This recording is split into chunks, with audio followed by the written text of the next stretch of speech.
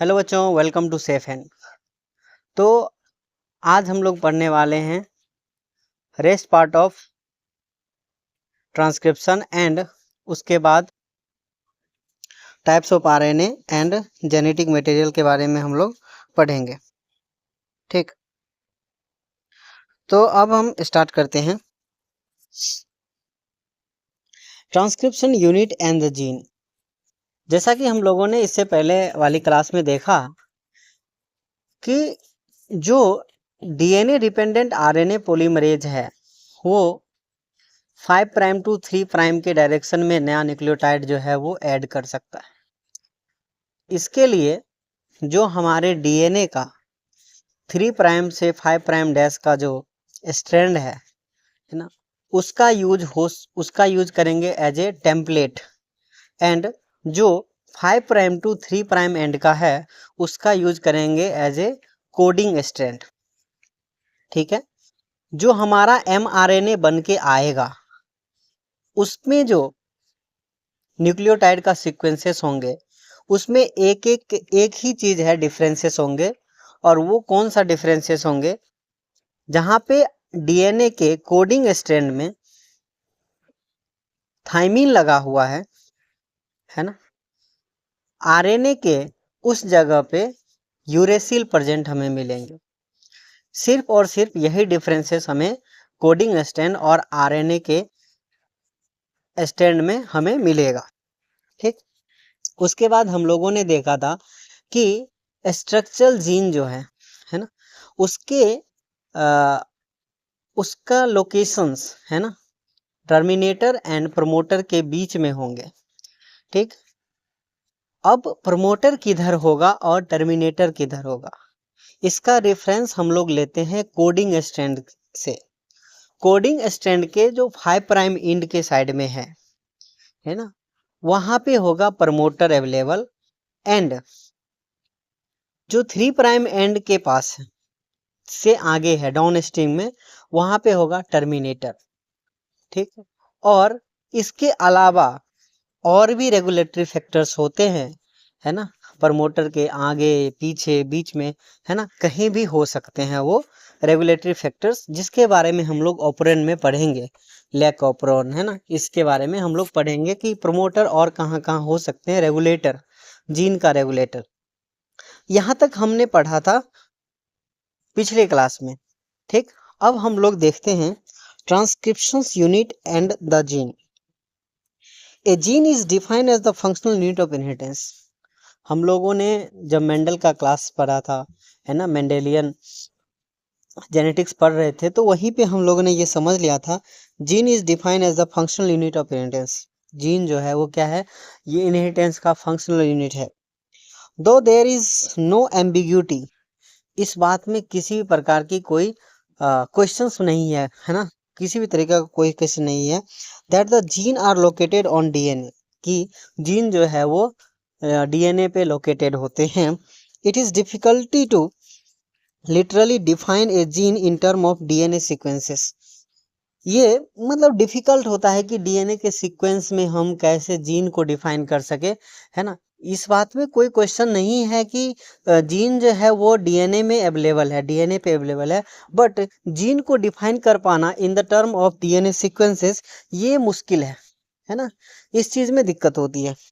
The DNA sequence coding to tRNA और rRNA molecules also define a gene, है ना। DNA sequence जो code करता है टीआरएनए को आरआरएनए को, है ना, उस मॉलिक्यूल को और उसको भी जीन हम लोग बोल सकते हैं, है ना। The DNA sequence code for tRNA और rRNA molecules also define as gene. मतलब कि जो डीएनए का सीक्वेंसेस है ना, जो डीएनए के सीक्वेंसेस आगे चल के है ना, टीआरएनए आरआरएनए एमआरएनए है ना, इन सभी चीजों का फॉर्मेशन करते हैं, उसको भी क्या कर सकते हैं, जीन के तरह डिफाइन कर सकते हैं। However, by defining a cistron as a segment of DNA coding for polypeptide, the structural genes is transcriptional unit could be said as monocistronic or polycistronic, mostly in bacteria or prokaryotes. By defining a cistron, है ना, as a segment of DNA. Cistron क्या है?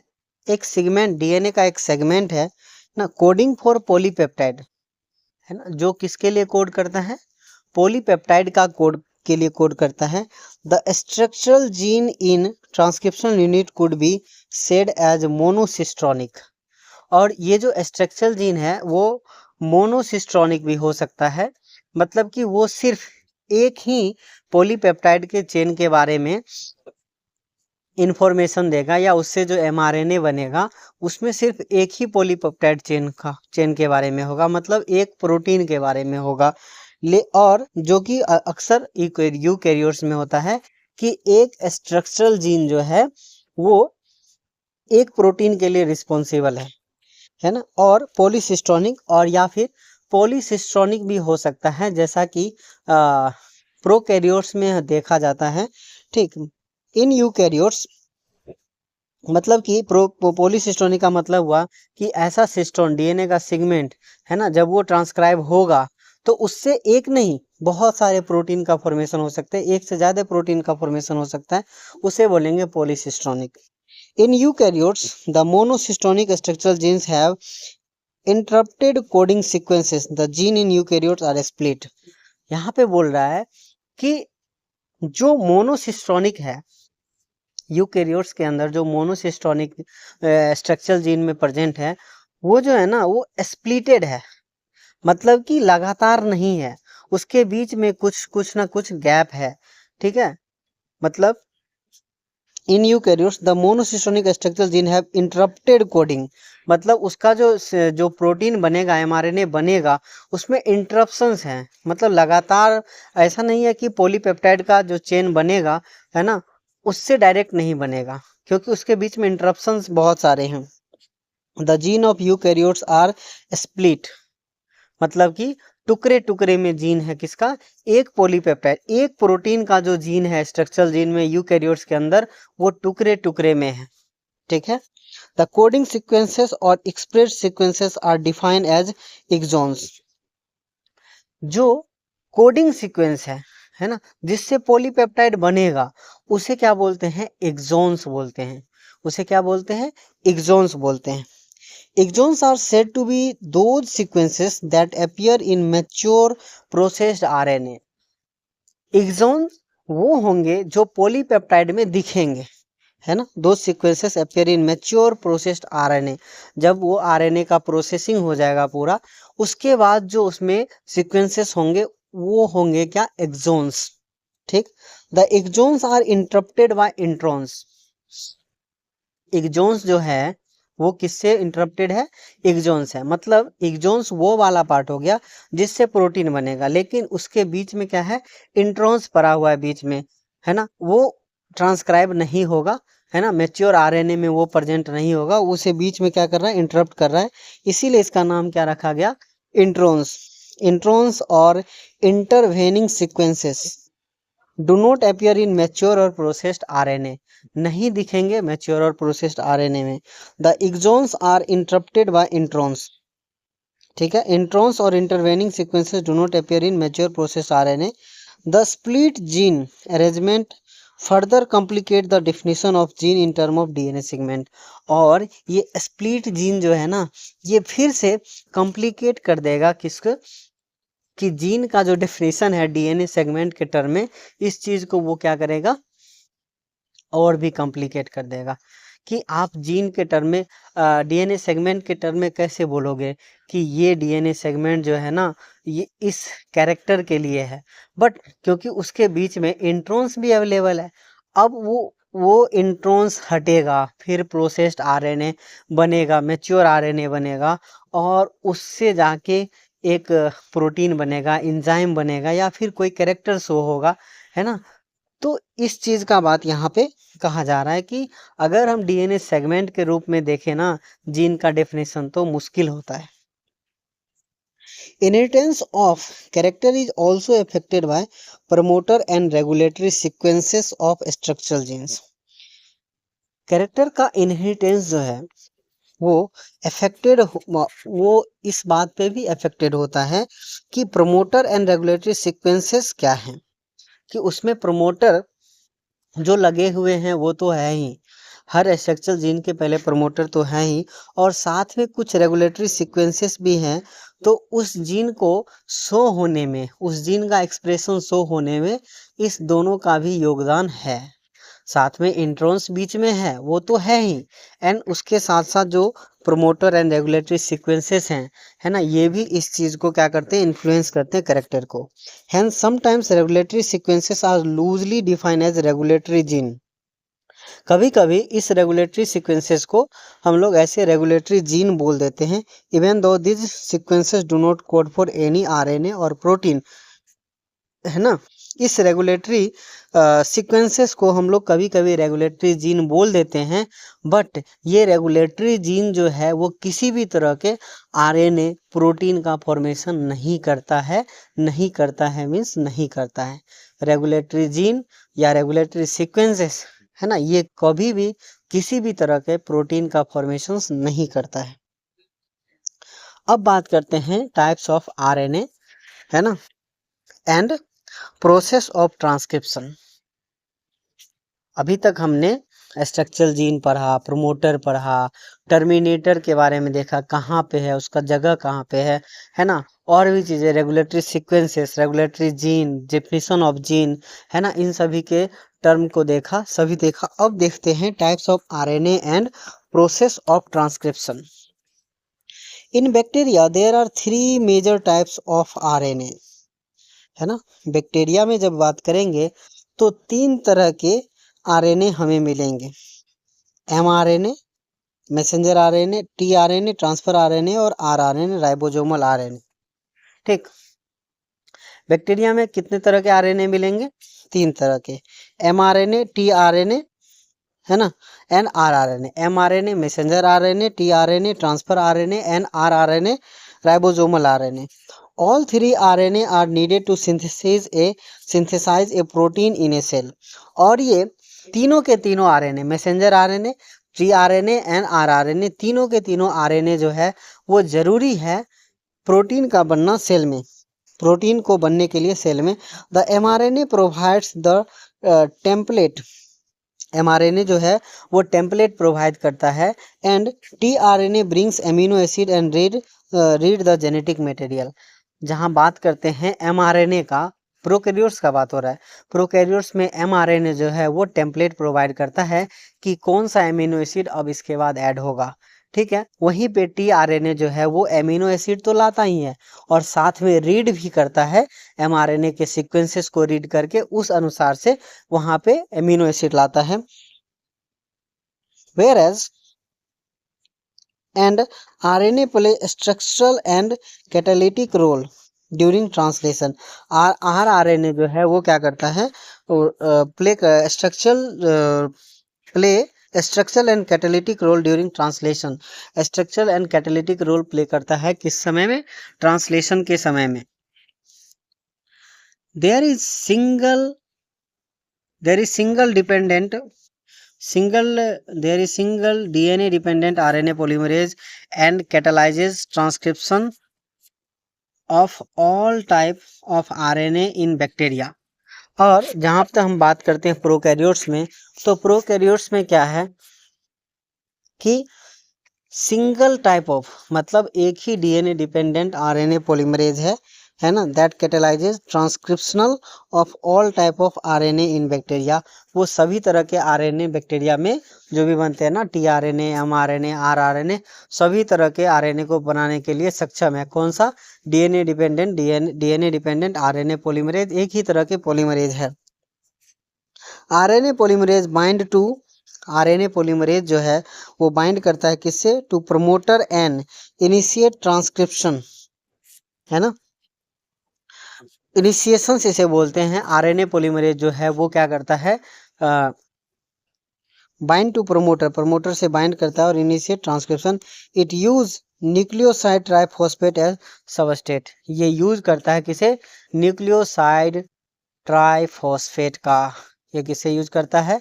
Nucleoside triphosphate का, nucleoside triphosphate as substrate में use करता है। और यहाँ पे इसी चीज के बारे में फिर से बताया है, इसे मैं आगे बताता हूँ।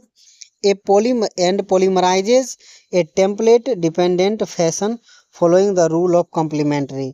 और उसके बाद ये क्या करता है, टेम्पलेट डिपेंडेंट फैशन में जैसे टेम्पलेट है उसी अनुसार से अपना सीक्वेंसेस लगाते चलता है। It somehow also facilitate opening of helix and continue elongation। और आरएनए पॉलीमरेज अकेले से ही इनिशिएशन तो करता है, प्रोमेटर को पहचानता है और इनिशिएट करता है, उसके बाद खोलने का भी काम, हेलिक्स के जो हेलिक्स जो है डीएनए का, उसे खोलने का काम भी खुद करता है, एलोंगेशन भी करता है। Only a short stage of RNA remain bond to enzyme. और है ना, only a short stage of RNA remain bond to enzyme. छोटा सा आरएनए जो होते हैं वो बाइंड होते हैं किससे, एंजाइम से। Once the polymerases reaches the terminal region the nascent RNA fall off. जैसे ही क्या होता है कि वो टर्मिनेटर के पास पहुंचता है आरएनए, तो नेसेंट आरएनए जो होते हैं फॉल ऑफ मतलब वहां से हट जाते हैं। So also the RNA polymerase. The result of terminations the result in termination of transcription. मतलब सीधा सीधा ये बोला है कि आरएनए पॉलीमरेज जो है प्रोकैरियोट्स में वो सारा काम खुद करता है। ठीक है, आरएनए पॉलीमरेज जो है वो क्या करता है, सारा काम खुद करता है। जैसे कि इनिशिएशन भी खुद किया, उसके बाद एलोंगेशन भी खुद किया, और बाद में टर्मिनेट भी खुद हो गया। An intriguing question is that how is RNA polymerase able to catalyze all three steps? ये तीनों के तीनों स्टेप जो है वो सिर्फ आरएनए पॉलीमरेज अकेले कैसे कर लेता है, which are initiation, elongation and termination. ठीक है, the RNA polymerase is only capable of catalysing the process of elongation. RNA polymerase जो है सिर्फ और सिर्फ कैपेबल होते हैं किसके लिए, कैपेबल होते हैं कैटेलाइज प्रोसेस ऑफ इलोंगेशन, है ना, सिर्फ और सिर्फ वो कैपेबल होते हैं इलोंगेशन के लिए। It associate transiently with initiation factor sigma and termination factor rho to initiate and terminate ट्रांसक्रिप्शंस।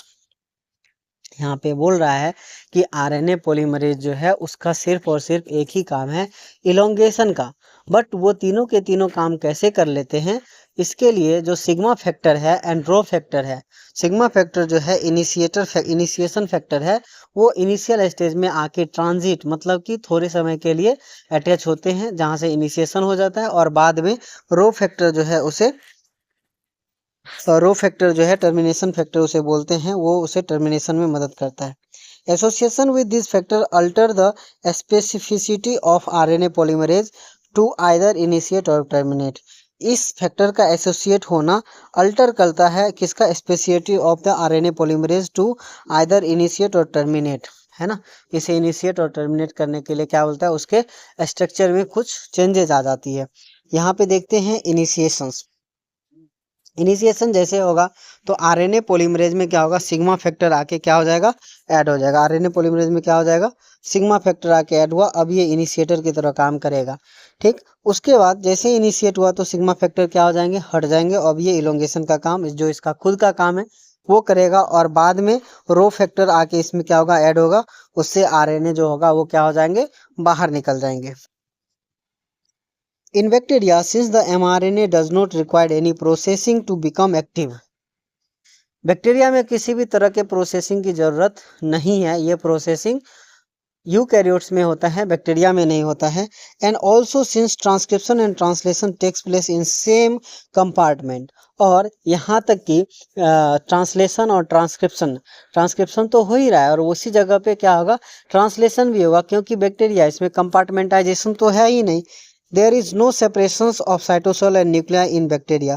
Many times the translation can begins much before the mRNA is fully transcribed. बहुत समय तो ऐसा भी होता है कि ट्रांसक्रिप्शन अभी हुआ ही नहीं कंप्लीट, उससे पहले ही ट्रांसलेशन जो है वो स्टार्ट हो जाएगा। Consequently, the transcription and translation can be coupled in bacteria. इसीलिए हम बोल सकते हैं कि ट्रांसक्रिप्शन एंड ट्रांसलेशन जो है दोनों साथ साथ होता है बैक्टीरिया के अंदर। अब हम लोग बात करते हैं यूकैरियोट्स के बारे में। बैक्टीरिया के बारे में हमने प्रोकैरियोट्स के बारे में देखा कि डीएनए डिपेंडेंट आरएनए पॉलीमरेज अकेला सारा काम कर लेता है। इनिशिएशन में रो सिग्मा फैक्टर जुड़ता है एंड टर्मिनेशन में रो फैक्टर जुड़ता है बस, और बाकी काम इलोंगेशन खुद करता है। सभी के सभी काम खुद करते हैं। क्वाइलिंग डिक्वाइलिंग भी खुद कर लेते हैं ये। In eukaryotes there are 2 additional complexities.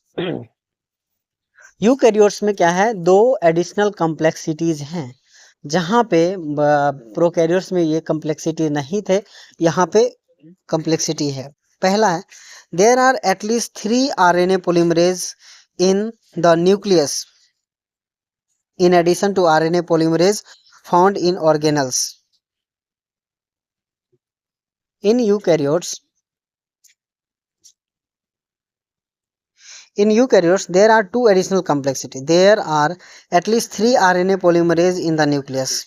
ठीक है, कम से कम 3 RNA polymerase, जहाँ पे प्रोकैरियोट्स में 1 RNA polymerase से काम चल रहा था, यहाँ पे 3 RNA polymerase की जरूरत होगी, है ना। In addition to RNA polymerase found in organelles, जो ऑर्गेनल्स के अंदर RNA polymerase है उसके अलावा, है ना, उसके अलावा 3 RNA polymerase इसके पास, है ना, होना चाहिए।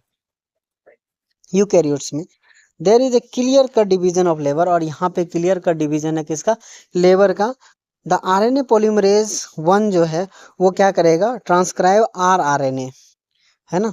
RNA polymerase जो है वो क्या ट्रांसफर करेगा, ट्रांसक्राइब करेगा, rRNA ट्रांसक्राइब करेगा, जिसमें कौन कौन आते हैं, 28S RNA, 18S एंड 5.8S RNA। ठीक है, rRNA जो है RNA polymerase 1 जो है वो ट्रांसक्राइब करेगा rRNA। ठीक है, जिसमें कौन कौन आते हैं, 28S, 18S एंड 5.8S। Whereas RNA polymerase 3 is responsible for transcription of tRNA, है ना। tRNA, 5S sRNA और एंड snRNA, स्मॉल न्यूक्लियर RNA, है ना। RNA1 जो है वो rRNA बनाएगा।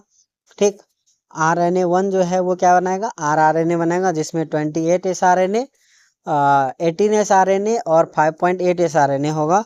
वहीं पे RNA polymerase 3 जो है वो क्या बनाएगा, tRNA का फॉर्मेशन करेगा, 5S RNA का फॉर्मेशन, 5SRNA का फॉर्मेशन करेगा एंड snRNA का फॉर्मेशन करेगा। And RNA polymerase 2 transcribe precursor of mRNA। RNA polymerase 2 जो है वो ट्रांसक्राइब करेगा precursor of mRNA, the heterogeneous nuclear RNA, जिसे बोलते हैं HNRNA का फॉर्मेशन करेगा। वो क्या करेगा, HNRNA का फॉर्मेशन करेगा। पहला कॉम्प्लेक्सिटी ये हो गया। पहला कॉम्प्लेक्सिटी ये हुआ, प्रोकैरियोट्स से जब कंपेयर करेंगे तो प्रोकैरियोट्स में 1 RNA पॉलीमरेज का यूज हो रहा था, यहाँ पे 3 RNA पॉलीमरेज का यूज हो रहा है। सिवाय जो सेल ऑर्गेनेल्स के अंदर, जैसे माइटोकॉन्ड्रिया का अपना DNA पॉलीमरेज है, ट्रांसक्रिप्शनल इंजाइम है ना, क्लोरोप्लास्ट का अपना इंजाइम है, उसके अलावा इसे तीन इंजाइम की जरूरत पड़ती है, DNA dependent RNA polymerase enzyme का। तो उसमें 3 इंजाइम है। जो RNA पॉलीमरेज 1 है वो क्या करेगा, rRNA का फॉर्मेशन करेगा, उसमें 28S RNA, 18S RNA and 5.8S RNA का फॉर्मेशन करेगा। RNA पॉलीमरेज 2 जो है वो क्या करेगा, HNRNA का फॉर्मेशन करेगा। ठीक है, HNRNA का फॉर्मेशन करेगा, जो क्या है, प्रिकर्सर है किसका, mRNA का, जिससे बाद में ट्रांसक्रिप्शन मॉडिफिकेशन होने के बाद प्रोसेस्ड RNA मतलब mRNA का फॉर्मेशन होगा। वहीं पे RNA पॉलीमरेज 3 का जो काम है वो क्या है, रिस्पॉन्सिबल है tRNA बनाने का, 5S RNA बनाने का एंड snRNA बनाने का, इसका क्या है, काम है। तो तीनों का अलग अलग काम है, clear cut division of labour है। अब हम लोग बात करते हैं दूसरे कॉम्प्लेक्सिटीज के बारे में। The second complexity is that primary transcript contain both exons and introns and are non functional.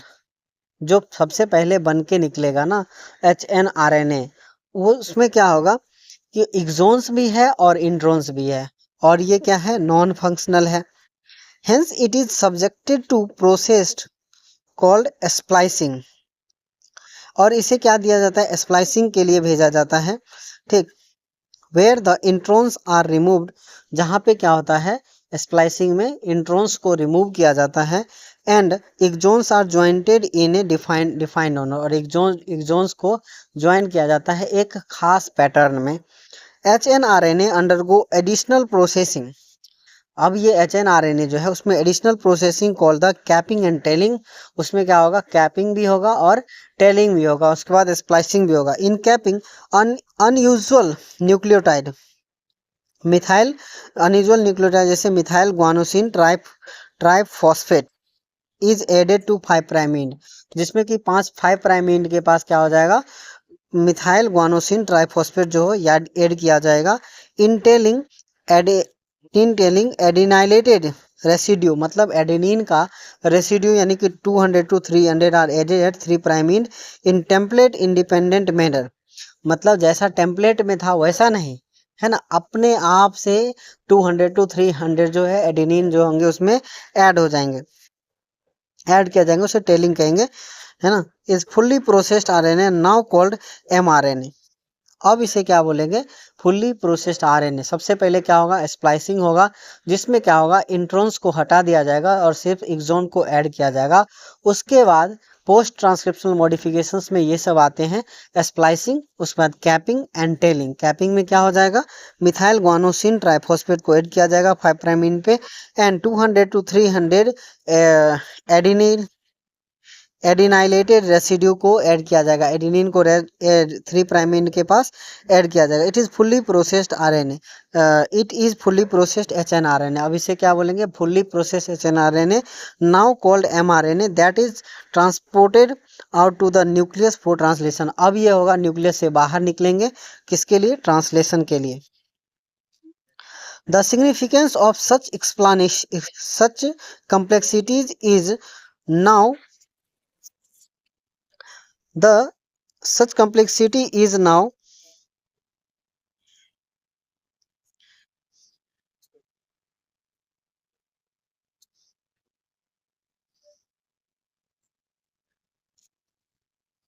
the significance of such complexity is now beginning to be understood। अब इसके इस कम्प्लेक्सिटीज के सिग्निफिकेंस के बारे में हम लोग बात करते हैं। The split gene arrangement represent probability of ancient feature of genomes. ये जो स्प्लिट जीन जो प्रॉपर्टी है, हो सकता है कि जो अभी इंट्रॉन्स हैं वो पहले के समय में काम कर रहे होंगे, उससे प्रोडक्ट बन रहे होंगे, बट अब ऐसा नहीं है ना। The split gene arrangement represent probability and ancient feature of genome, और वो क्या होगा, एंशिएंट फीचर होगा, इससे पहले का कोई फीचर होगा जो एंशिएंट फीचर है।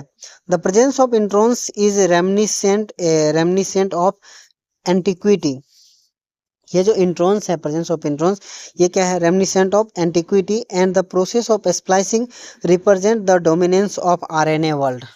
और ये प्रेजेंस ऑफ स्प्लाइसिंग जो है, जहाँ पे इंट्रॉन्स को हटा के, है ना, डीएनए इंट्रॉन्स को हटा के एक्सॉन्स को ऐड किया जा रहा है ना, ये जो बता रहा है कि represent the dominance of RNA world. ये आरएनए वर्ल्ड के, मतलब कि आरएनए के पास जो ट्रांसक्रिप्शन एबिलिटी इतने ज़्यादा हैं, है ना, उससे बता रहा है। In recent times the understanding of RNA and RNA dependent process in living system have assume more importance. और अभी के समय में आरएनए वर्ल्ड का इंपॉर्टेंस तो पता चला ही इस चीज़ से, एंड अभी के समय में understanding of RNA and RNA dependent process, RNA और RNA dependent process in living assume to be more importance, और इससे ज़्यादा इंपॉर्टेंस माना जाता है, क्योंकि इसमें तो डीएनए के बीच से कट करके एमआरएनए का फॉर्मेशन यहाँ पे हो रहा है। तो आरएनए इंटरेस्टिंग टॉपिक हो गया। डीएनए ठीक है, स्टेबल ही है ना, जेनेटिक मटेरियल को पास ऑन करने के लिए अच्छी चीज़ें हैं,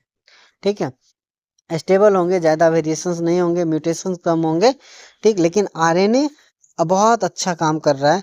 RNA world in A recent year understand RNA and RNA process पे ज़्यादा ध्यान दिया जा रहा है। और इसके आगे हम लोग देखेंगे, नेक्स्ट क्लास में हम लोग पढ़ेंगे जेनेटिक कोड के बारे में।